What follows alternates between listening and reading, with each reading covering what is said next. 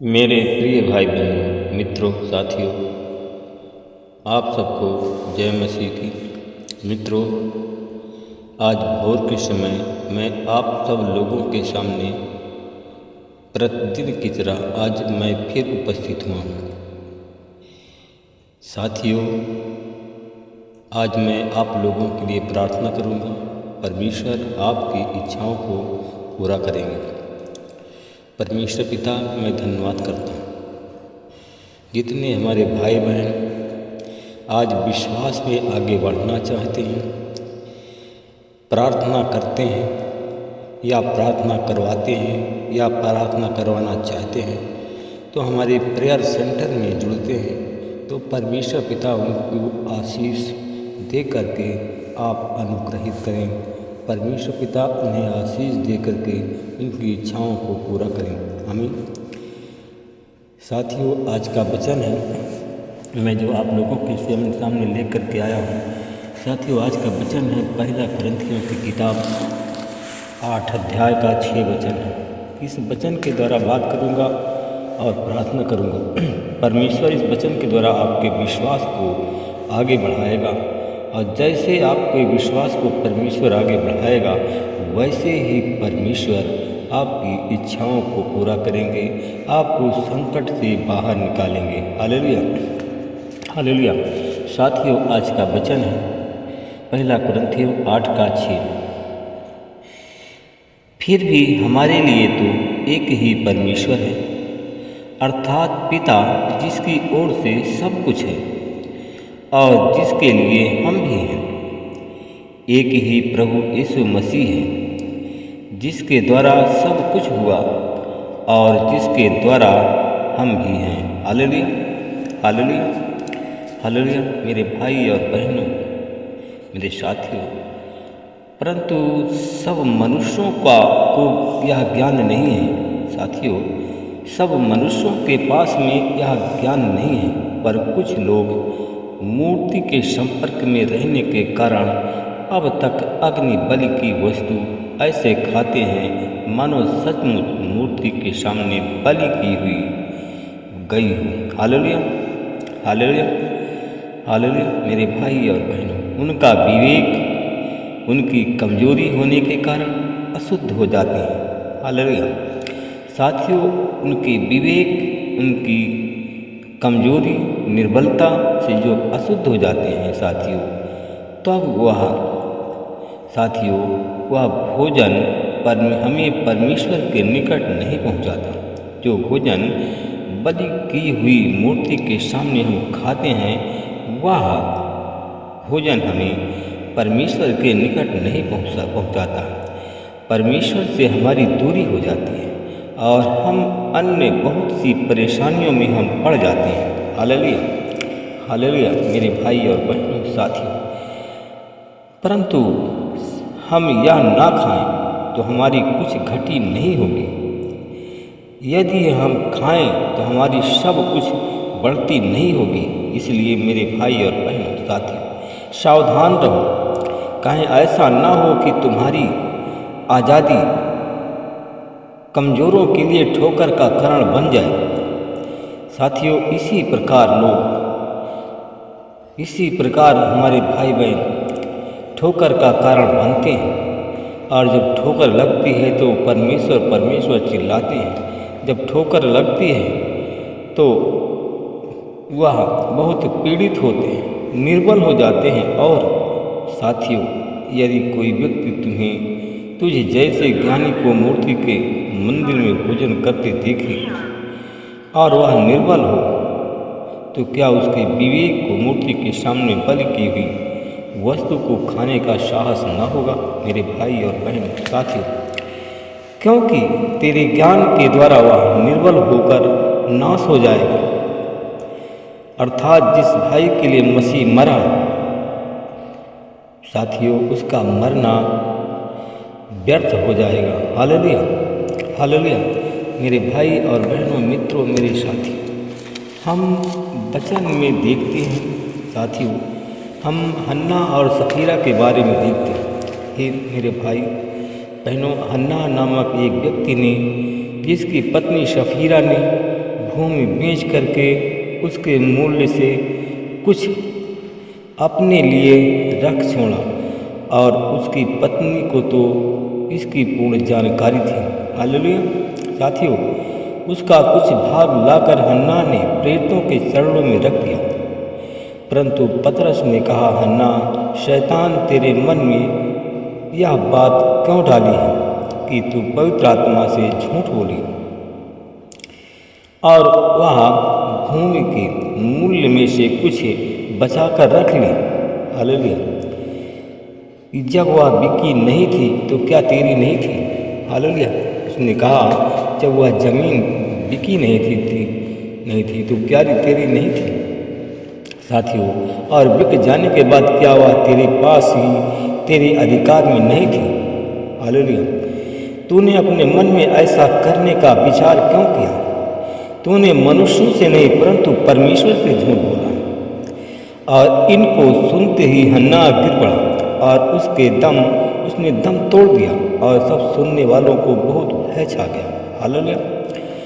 तब जवानों ने उठ करके उसके शव को कपड़े में लपेटा और बाहर ले जा करके उसे दफना दिया। हालेलुया। लगभग 3 घंटे के बीत जाने के बाद में उसकी पत्नी इस घटना के बारे में कुछ ना जानते हुए भीतर आई। हालेलुया।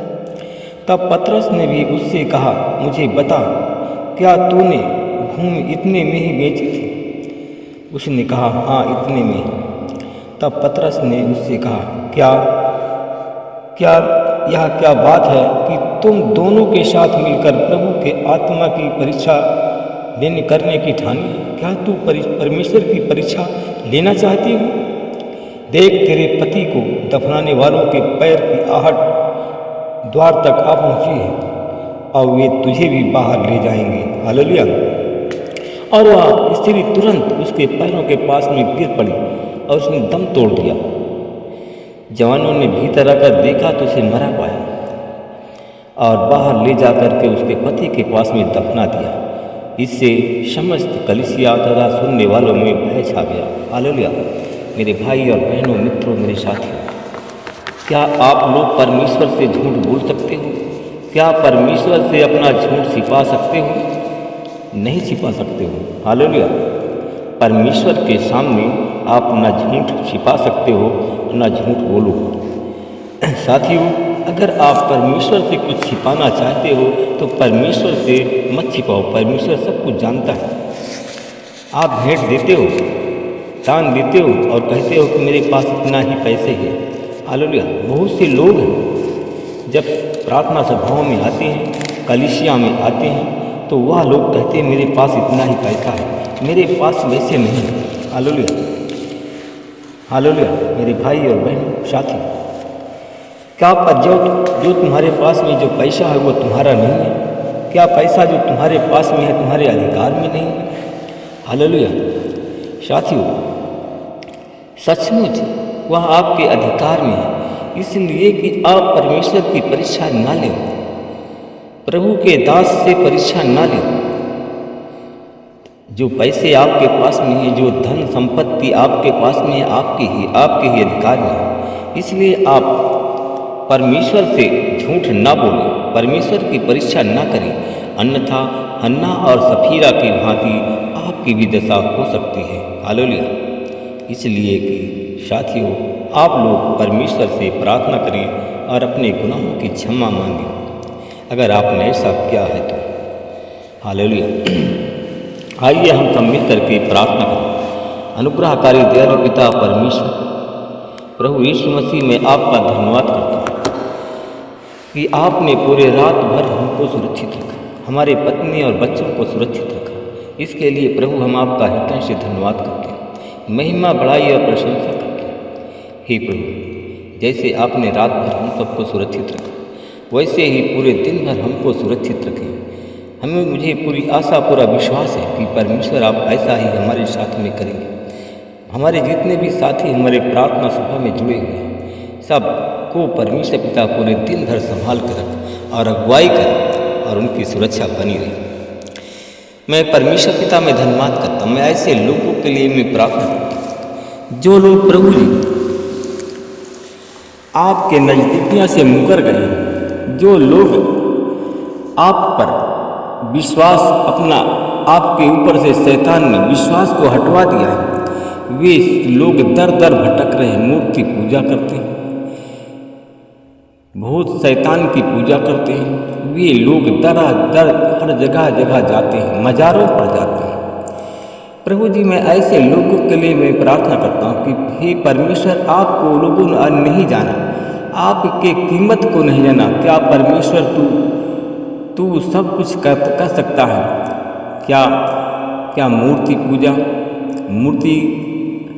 मूर्ति के सामने की गई बलि या मूर्ति के सामने की गई पूजा आप प्रसन्न करते हैं? क्योंकि शैतान के चढ़ावे को आप प्रसन्न नहीं करते। परमेश्वर तू एक है और एक है परमेश्वर पिता, तू सबके मनों को जांचने वाला परमेश्वर।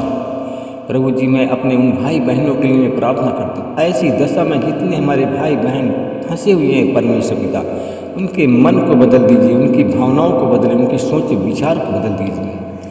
क्योंकि उन लोगों ने अपने लिए गड्ढा खोदा है और वो गड्ढे में गिर जाएंगे। परमेश्वर पिता, मैं अपने उन भाई बहनों के लिए मैं प्रार्थना करता हूँ, उनके अविश्वास की परमेश्वर पिता, उनके अविश्वास के कारण परमेश्वर पिता उनके मन को बदल दीजिए, उनके हृदय से अविश्वास को निकाल दीजिए। उनके अंदर जो शैतान ने दूसरों के द्वारा उन्हें बहका दिया है, उनको भड़का दिया, क्योंकि वो अपने लिए सुख नहीं दुख को उन्होंने मोल ले लिया है। मैं ऐसे लोगों के लिए मैं प्रार्थना करता हूँ परमेश्वर पिता, ऐसे लोगों की भावनाओं को बदले, मन को बदले और यीशु मसीह तेरे नाम से तेरे भय में चले, तेरी आशीष तेरा अनुग्रह उन पर हो। प्रभु जी, आज अपने गुनाहों के जो लोग क्षमा मांगते हैं, प्रभु जी आप क्षमा करें। जो लोग पश्चाताप करते हैं, उन्हें पश्चाताप को तू क्षमा कर परमेश्वर पिता। मैं धन्यवाद करता हूँ अपने उन भाई बहनों के लिए मैं प्रार्थना करता हूँ। जितने लोग आज गरीब हैं, कंगाल हैं, आज यीशु मसीह तेरे नाम से उनकी गरीबी कंगाली यीशु मसीह के नाम से दूर हो जाए। मैं अपने उन भाई बहनों के लिए मैं प्रार्थना करता हूँ, जितने बीमार हैं, जिन लोगों ने प्रभु जी चढ़ाई हुई मूर्ति के सामने चढ़ाई हुई वस्तु को खाया है और आज भी चढ़ाई वस्तु खाते हैं, प्रभु जी उनके मन को बदल दीजिए, उनके अंदर तेरे नाम का भय पैदा हो। आज यीशु मसीह के नाम से उनकी बीमारी चली जाए और वो पश्चाताप करें और यीशु के नाम से बीमारी से वो लोग चंगे हो जाए। मैं उन लोगों के लिए प्रार्थना करता हूँ जितने हमारे भाई बहन आज कर्जदार हैं, कर्ज के बंधन से आप मुक्त करें परमेश्वर पिता। मेरे भाई और बहनों साथियों, आप लोग हृदय से सच्चाई से परमेश्वर से प्रार्थना करें और सच्चाई परमेश्वर के सामने सच्चाई से बात करें। आप कुछ भी किसी के सामने बात करते हैं, परंतु परमेश्वर के सामने झूठ न बोलें। जब कलीसिया में आते हैं, झूठ न बोलें। परमेश्वर सब कुछ जानता है, इसलिए कि मैं धन्यवाद करता हूँ जिन लोगों ने क्षमा मांगा, जिन लोगों ने पश्चाताप किया, उन्हें क्षमा कर दिया है उनके गुनाहों को। मैं इसके लिए धन्यवाद करता हूँ। सारी विनती प्रार्थना उद्धार करता है इस गुनाह में।